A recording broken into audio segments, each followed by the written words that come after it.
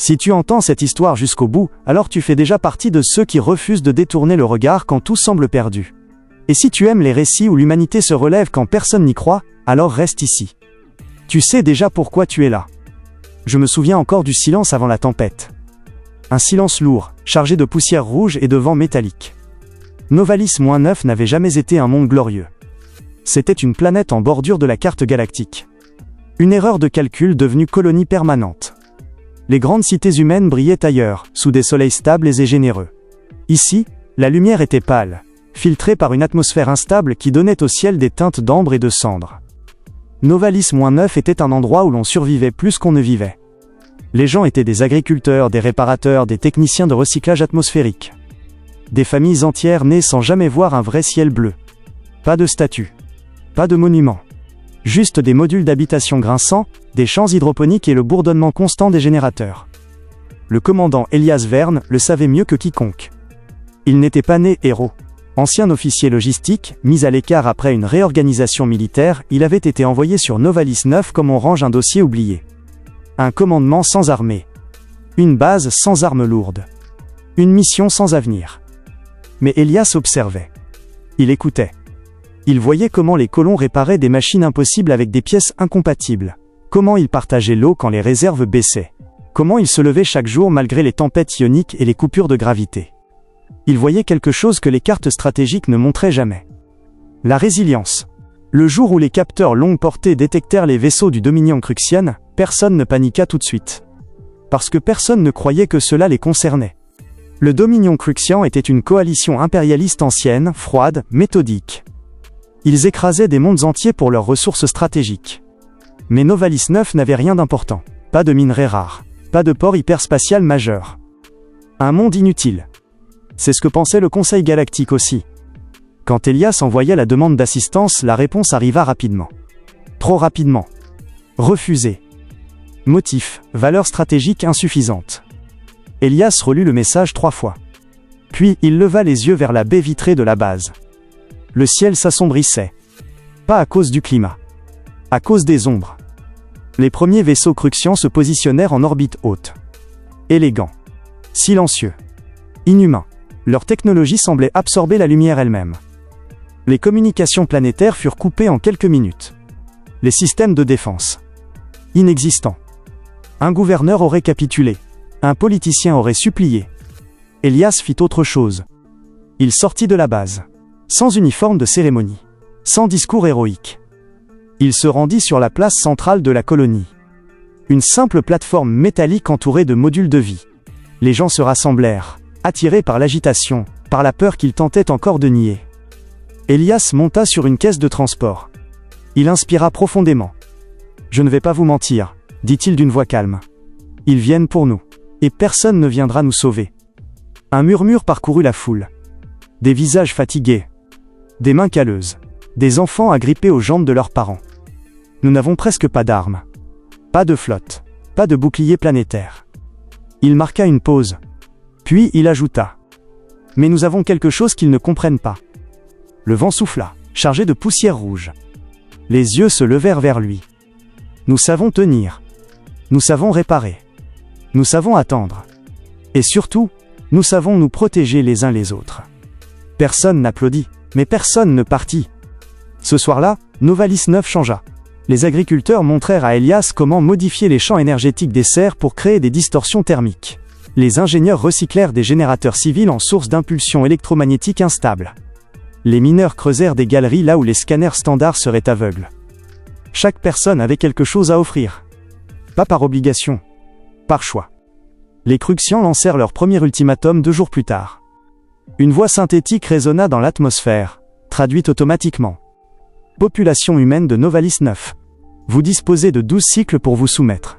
Toute résistance sera éradiquée. Elias écouta le message dans la salle de commandement improvisée. Puis il coupa la transmission. Il pense que nous sommes déjà morts, murmura-t-il. Autour de lui, des civils transformés en combattants improvisés acquiescèrent. La nuit suivante, les premières sondes Cruxian descendirent dans l'atmosphère. Et elles ne revinrent jamais, piégées par des tempêtes artificielles déclenchées au bon moment. Aspirées dans des vallées magnétiques que personne n'avait jugées dignes d'être cartographiées. Les Cruxians ne comprenaient pas. Leurs calculs étaient parfaits. Leur modèle prédictif, infaillible. Mais aucun algorithme ne prévoyait ce que fait un peuple quand il n'a plus rien à perdre. Elias regardait les rapports s'accumuler. Chaque petite victoire coûtait de l'énergie, du temps, parfois des vies. Et pourtant, la colonie tenait. Dans le ciel de Novalis 9, les vaisseaux ennemis commençaient à manœuvrer différemment. Plus prudemment, plus lentement. La peur changeait de camp. Et au cœur de cette planète oubliée, une vérité simple prenait forme, portée par chaque souffle, chaque sacrifice silencieux. L'humanité n'était peut-être pas la plus forte, ni la plus avancée. Mais elle n'abandonnait jamais. Et ceci, ce n'était que le commencement. La deuxième semaine commença avec une odeur de métal brûlé dans l'air. Pas une explosion spectaculaire. Pas un choc glorieux. Juste cette senteur âcre qui s'infiltrait dans les poumons et rappelait à chacun que la guerre avait trouvé Novalis 9 pour de bon. Elias ne dormait presque plus. Il s'autorisait quelques minutes, parfois 1 heure, assis contre un mur froid, les yeux ouverts. Chaque vibration de la planète passait à travers lui. Les générateurs modifiés pulsaient comme un cœur artificiel. Les Cruxians avaient changé de tactique. Après la perte de leur sonde, ils cessèrent les approches directes. À la place, ils bombardèrent l'orbite basse avec des balises gravitationnelles. Des instruments conçus pour forcer une planète à se soumettre sans combat prolongé. La gravité fluctua. Les enfants eurent le mal de l'espace. Les structures gémirent. Dans les champs hydroponiques, les racines se déchiraient sous les variations de pression. Les colons travaillaient en silence, les mains couvertes de nutriments, ajustant les paramètres à la seconde près. Encore 5% de stabilisation, cria une ingénieure. Elias observa ces scènes à travers les caméras internes. Pas de cri de panique. Pas de fuite. Juste une détermination obstinée. Les Cruxians finirent par envoyer des troupes au sol. Des silhouettes hautes, couvertes d'armures segmentées, leurs pas parfaitement synchronisés. Ils avançaient comme une seule entité, confiants dans leur supériorité. Ils n'avaient jamais combattu des fermiers. Le premier affrontement eut lieu près des anciennes mines de basalte. Une zone considérée comme inutile par toutes les analyses orbitales. Elias se trouvait dans le centre de coordination quand le signal arriva. Un simple mot sur l'écran. Maintenant. Les galeries s'illuminèrent d'un bleu instable. Les Cruxians activèrent leurs capteurs et perdirent toute référence spatiale. Les murs résonnaient d'ondes soniques modulées à partir de vieux équipements miniers. Les humains n'attaquaient pas frontalement. Ils guidaient. Ils détournaient. Un soldat Cruxian tomba dans une faille gravitationnelle improvisée. Un autre se retrouva immobilisé par une mousse isolante issue des serres. Quand les Cruxians se replièrent, ils laissèrent derrière eux quelque chose de plus précieux qu'une défaite tactique. Des données. Les ingénieurs humains démontèrent chaque pièce récupérée avec un respect presque religieux. Ils apprenaient vite. Ils adaptaient encore plus vite. Ils sont conçus pour écraser des armées, dit un technicien. Pas pour affronter des civils qui pensent comme des survivants. Elias hocha la tête. Alors nous resterons imprévisibles. Le Dominion ne supportait pas l'imprévu. À chaque jour qui passait, leurs attaques devenaient plus lourdes, plus destructrices. Les boucliers improvisés cédaient parfois. Des modules furent perdus. Des noms furent ajoutés à une liste que personne ne voulait regarder trop longtemps. Elias connaissait chaque perte. Il les portait toutes. Une nuit, alors que la tempête ionique hurlait à l'extérieur, une jeune fille entra dans la salle de commandement. Elle devait avoir 15 ans à peine. Elle tenait une tablette serrée contre elle. « Commandant » dit-elle d'une voix tremblante. Elias se tourna vers elle. « Qu'y a-t-il ? Mon père est mort aujourd'hui. Il réparait un relais quand une balise cruxiane a explosé. » Le silence tomba. Mais avant de partir, il m'a dit de vous donner ça. Elle posa la tablette devant lui. Un schéma apparut. Une modification possible des balises ennemies. Une idée simple. Dangereuse. Géniale. Il disait que si on devait tomber, autant tomber debout. Elias sentit quelque chose se briser en lui. Puis se reforger aussitôt. Ton père a sauvé des vies aujourd'hui, dit-il doucement. Et il en sauvera encore. La rumeur de ses actes se propagea dans la colonie.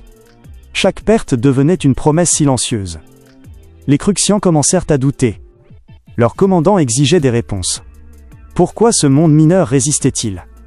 Pourquoi les probabilités s'effondraient-elles ? Ils intensifièrent l'offensive finale.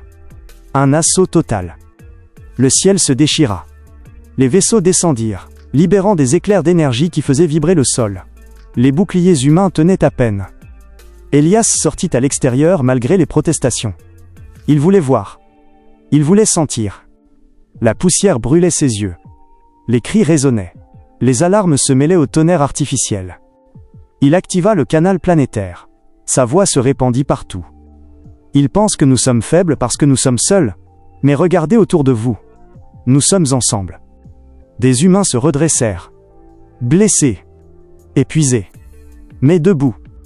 Tenez encore, pas pour la victoire. Pas pour la gloire. Tenez pour la personne à côté de vous. Et dans cette tempête de feu et de poussière, Novalis 9 refusa de céder. Les Cruxians avancèrent. L'humanité répondit. Et l'univers, pour la première fois depuis longtemps, commença à prêter attention. Le 3e cycle de l'assaut commença sans avertissement. Pas d'ultimatum. Pas de message. Juste une pression soudaine sur l'atmosphère comme si la planète elle-même retenait son souffle. Elias sentit le sol vibrer sous ses bottes. Les senseurs confirmaient ce qu'il craignait depuis des jours. Le Dominion Cruxian avait engagé ses unités de siège. Pas pour conquérir. Pour briser. Les nuages se déchirèrent en spirales lumineuses. Des structures colossales descendirent lentement, projetant des ombres si vastes qu'elles engloutissaient des quartiers entiers. Le bruit n'était pas une explosion, mais un grondement continu, profond, qui faisait trembler les os. « Ils veulent nous épuiser », murmura Elias. Autour de lui, les responsables civils et les chefs improvisés de la résistance attendaient. Des gens qui, 3 semaines plus tôt, n'auraient jamais partagé une même pièce. « Alors on va les forcer à rester », répondit une agricultrice devenue stratège environnementale. Les Cruxians activèrent leur champ de stabilisation planétaire. Une technologie destinée à rendre tout environnement prévisible, contrôlable, mortellement efficace. Les tempêtes se calmèrent artificiellement. Les anomalies gravitationnelles se dissipèrent. Novalis-9 devenait pour la première fois un terrain idéal pour eux. Elias serra les dents.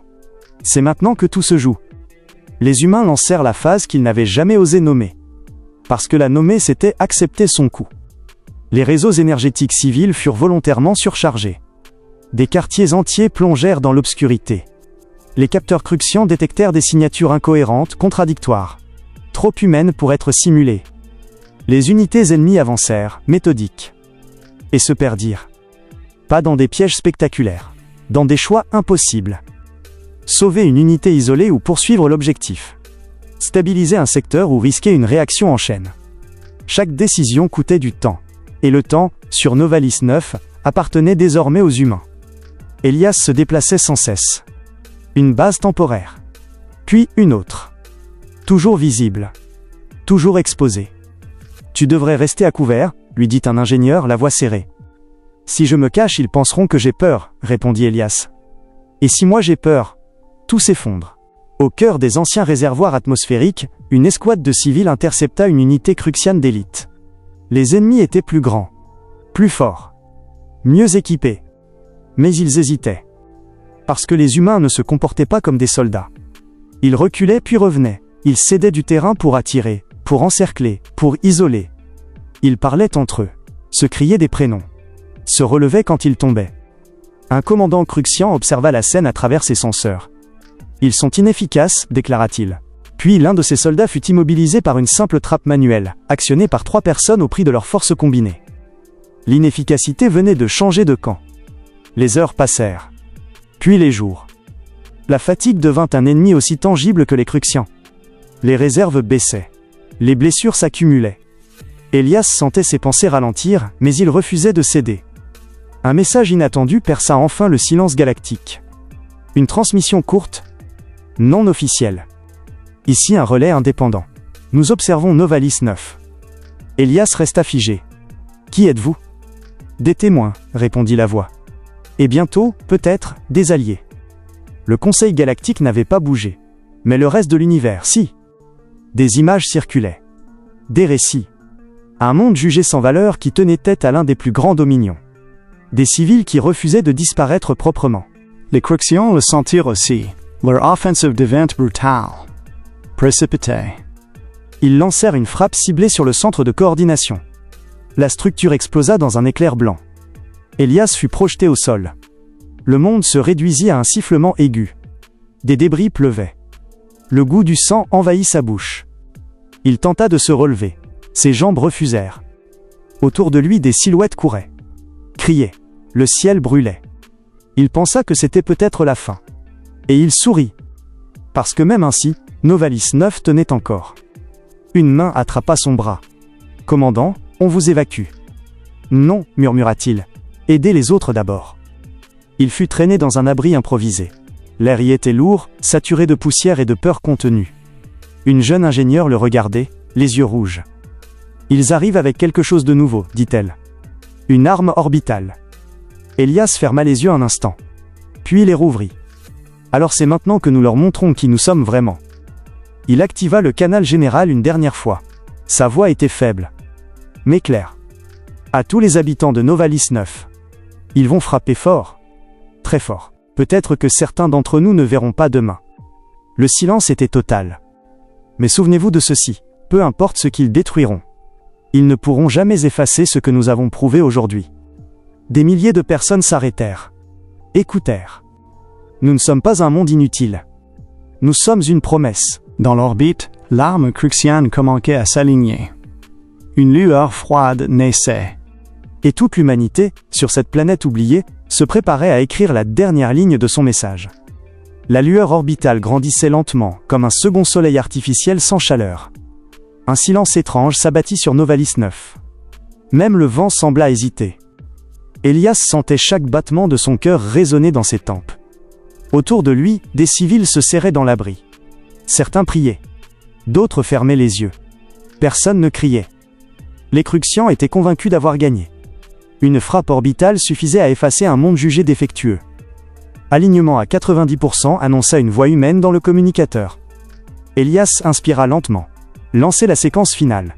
À des centaines de kilomètres sous la surface, là où les anciens noyaux énergétiques dormaient depuis la fondation de la colonie, des mains humaines s'activèrent. Pas des soldats d'élite. Des techniciens. Des agriculteurs. Des gens ordinaires. Ils activèrent ce que le Dominion n'avait jamais détecté. Novalis-9 n'était pas riche en minerais rares. Mais elle possédait quelque chose d'unique. Un cœur instable. Lors de la colonisation, les scientifiques avaient jugé cette anomalie trop dangereuse à exploiter. Alors ils l'avaient simplement isolée, contenue, oubliée. Elias ne l'avait jamais oubliée. Si on fait ça, dit une voix tremblante dans le canal, la planète ne sera plus jamais la même. Nous non plus, répondit Elias. La frappe cruxiane se déclencha. Un rayon de pure énergie descendit vers la surface. Et Novalis 9 répondit. Le champ énergétique planétaire se déforma brutalement. L'anomalie du noyau entra en résonance avec l'arme orbitale. Pas une explosion. Une inversion. Le rayon se fragmenta. Se dispersa.